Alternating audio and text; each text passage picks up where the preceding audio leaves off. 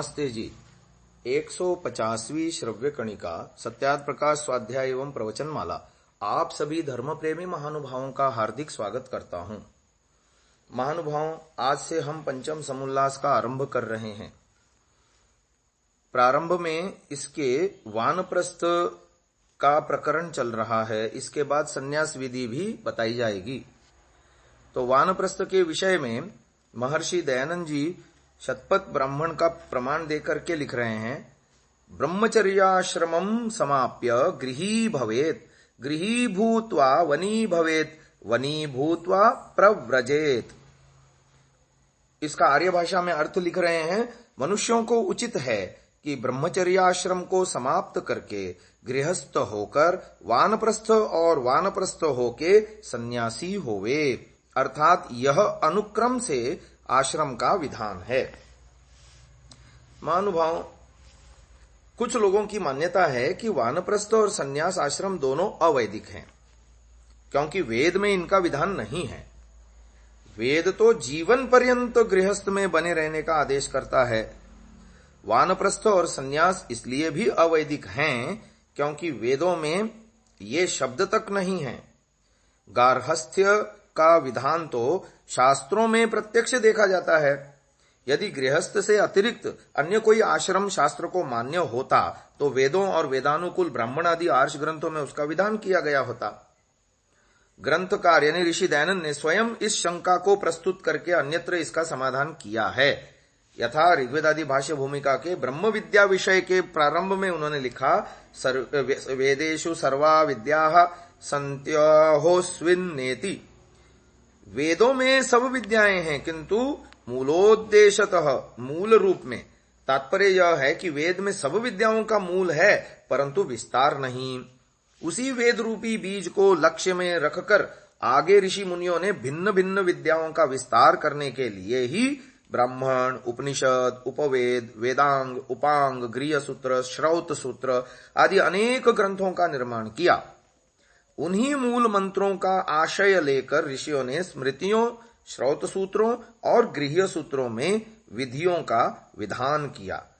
इस विषय में संभावित शंकाओं का समाधान करने की दृष्टि से ग्रंथकार यानी ऋषि दयानंद ने अपने लिखे हुए संस्कार विधि नामक ग्रंथ में लिखा है, वेदादि शास्त्र सिद्धांतमाध्याय परमादरात् आर्यैतिह्यं पुरस्कृत्य शरीरात्म विशुद्धये। वेदादि शास्त्रों का परम आदर भाव से चिंतन करके आर्यों के इतिहास अनुकूल शरीर और आत्मा की शुद्धि के लिए यह ग्रंथ रचा है।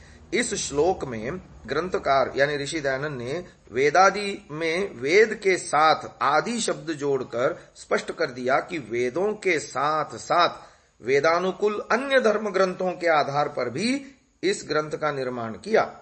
वानप्रस्थ के विषय में शतपथ ब्राह्मण कांड 14 का जो प्रमाण ऋषि दयानंद ने दिया है सत्यार्थ प्रकाश में, प्रथम संस्करण में पृष्ठ 154 पर यह वचन बृहदारण्यक श्रुति से उद्धृत बताया गया है, जबकि संस्कार विधि के संस्करण 1 पृष्ठ 130 में इति शतपथ ब्राह्मण आदि प्रमाणानि पाठ उपलब्ध है। परंतु जाबाल उपनिषद खंड 4 में यह वचन इस प्रकार मिलता है, स होवाच याज्ञवल्क्यो ब्रह्मचर्यं परिसमाप्य गृही भवेत्। जाबाल शाखा याज्ञवल्क्य प्रोक्त वाजसनेय संहिता यानी शुक्ल यजुर्वेद की है, अतः उसका जाबाल ब्राह्मण भी माध्यम दिन और काण्व के समान मूलतः याज्ञवल्क्य प्रोक्त है और शतपथ नाम से वाच्य है। कण्व ब्राह्मण में 104 अध्याय होने पर भी वह शतपथ ही कहता है। जाबालोपनिषद उसी शतपथ के अंतर्गत बृहदारण्यक का एक अंश हो सकती है। इस प्रकार ऋषि दयानंद द्वारा इस वचन के लिए शतपथ अथवा बृहदारण्यक शब्द का प्रयोग किए जाने में कोई असामंजस्य नहीं है। संस्कार विधि के 17वें संस्करण तक शतपथ ब्राह्मण ही पाठ था। 18वें संस्करण में जाबालोपनिषद पाठ बनाया गया। यही परिवर्तित पाठ आगे 24वें संस्करण तक छपता रहा, परंतु 25वें में पुनः शुद्ध किया गया। आर्ष ग्रंथों में मनुस्मृति का प्रामाण्य सर्ववादी सम्मत है।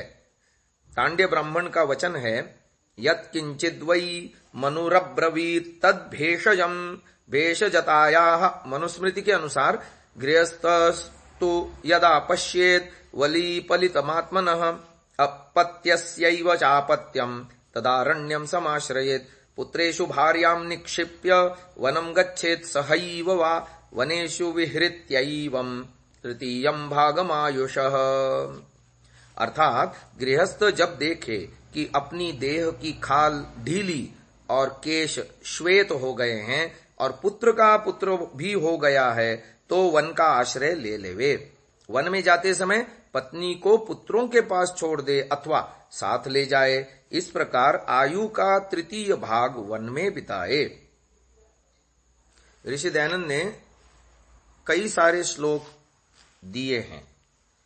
वे लिखते हैं मनुस्मृति का श्लोक देकर के, एवं गृहाश्रमे स्थित्वा विधिवत् स्नातको द्विजः वने वसेत्तु नियतो यथावद् विजितेन्द्रियः गृहस्थस्तु यदा पश्येत् वलिपलितमात्मनः अपत्यस्यैव चापत्यम् तदारण्यम् समाश्रयेत् संत्यज्य ग्राम्यमाहारम् सर्वम् चैव परिच्छदम् पुत्रेषु भार्याम् निक्षिप्य वनम् गच्छेत् सहैव वा अग्निहोत्रम् समादाय गृह्यम् चाग्निपरिच्छदम् ग्रामादरण्यम् निःसृत्य निवसेन्नियतेन्द्रियः मुन्यन्नैर्विविधैर्मध्यैर्शाकमूलफलेन वा एतानेव महायज्ञान् निर्वपेद् विधिपूर्वकम्।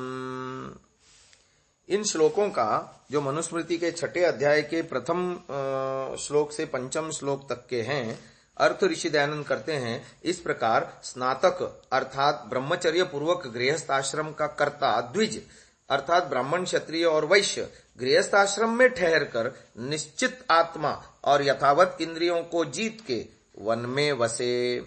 परंतु जब गृहस्थ के सिर के केश सफेद और त्वचा ढीली हो जाए और लड़के का लड़का भी हो गया हो तब वन में जाके वसे। ग्राम के सब आहार और वस्त्रादि सब उत्तम उत्तम पदार्थों को छोड़ के पुत्रों के पास स्त्री को यानी पत्नी को रख वा अपने साथ लेके वन में निवास करे। फिर चौथे श्लोक का अर्थ किया, सांगोपांग अग्निहोत्र को लेके ग्राम से निकल दृढ़ इंद्रिय होकर अरण्य में जा वसे। फिर अंतिम श्लोक का अर्थ कर रहे हैं, नाना प्रकार के साम आदि अन्न सुंदर सुंदर शाक मूल फल फूल कंद आदि से पूर्वोक्त पंचमहायज्ञों को करे और उसी से अतिथि सेवा और आप भी निर्वाह करे। तो ये बातें यहां बताई जा रही हैं। महर्षि दयानंद जी ने वानप्रस्थ के लिए कितनी बढ़िया बातें लिखी हैं। वेद में भी वानप्रस्थ आश्रम का उल्लेख मिलता है, परंतु वहां वानप्रस्थ के पर्याय रूप में मुनि शब्द का प्रयोग हुआ है। यथा ऋग्वेद का मंत्र है, वातस्याश्वो वायोः सखाथो देवेशितो मुनिः उभौ समुद्रा वा क्षेतीयश्च पूर्व उतापरः। फिर ऋग्वेद का ही दशम मंडल का एक अन्य मंत्र है, उसी सूक्त का 136वें सूक्त के दोनों मंत्र हैं, जिसमें पहला वाला 5वां मंत्र था तो ये दूसरा क्रमांक है। दूसरे क्रमांक पे ये मंत्र है, मुनयो वात रशनाः पिशंगा वसते मला वातस्यानुध्राजिम यन्ति यद्देवासो अविक्षत। प्रथम मंत्र में पूर्वः तथा अपरः पदों से क्रमशः वानप्रस्थ तथा संन्यास आश्रम अभिप्रेत हैं। वेद में मुनि शब्द वानप्रस्थ का वाचक है। यह वानप्रस्थाश्रम का वर्णन करने वाले मनुस्मृति के 6 अध्याय में भी मुनि शब्द का प्रयोग मिलता है। मुन्यन्यैर्विविधैर्मेध्यैः, ऐसे ही मुन्यन्नैः स्वयमाहृतैः, ऐसा ही मुन्यन्नम पूर्व संचितम। एक अन्य स्थान पर मुनिर मूल फलाशनः। निश्चय ही वेद में मुनि शब्द से वनी का बोध होता है। इस प्रकार वेद में मुनि शब्द वानप्रस्थ का ही बोधक है। उसी प्रकार यति शब्द से सन्यासी का ग्रहण होता है। यानी जब जब वेद में हम मुनि शब्द को पाएंगे तो वो वानप्रस्थी के लिए मानना चाहिए, और यति शब्द पाएंगे तो वो सन्यासी के लिए मानना चाहेंगे। ग्रंथकार ने यहाँ यतयः ब्रह्मणासः विजानतः आदि पदों से सन्यास का ही उल्लेख किया है। मुख्य रूप से यति शब्द सन्यासी का वाचक है। संन्यास योगाद यतयः शुद्ध सत्वाः, ये मुंडकोपनिषद में आया। एष धर्मोनुशिष्टो वो यति नाम नियतात्मनाम, ये मनुस्मृति में आया। भैक्षे प्रसक्तो ही यतिर विषयेष्वपि सज्जति, ये मनुस्मृति में आया। भिक्षाम नित्य यतिश्चरेत, ये मनुस्मृति का है। ब्रह्मचारी गृहस्थश्च वानप्रस्थो यतिस्तथा, ये मनुस्मृति में आया। आयु का चौथा भाग मनुष्य सन्यासी बनकर व्यतीत करे।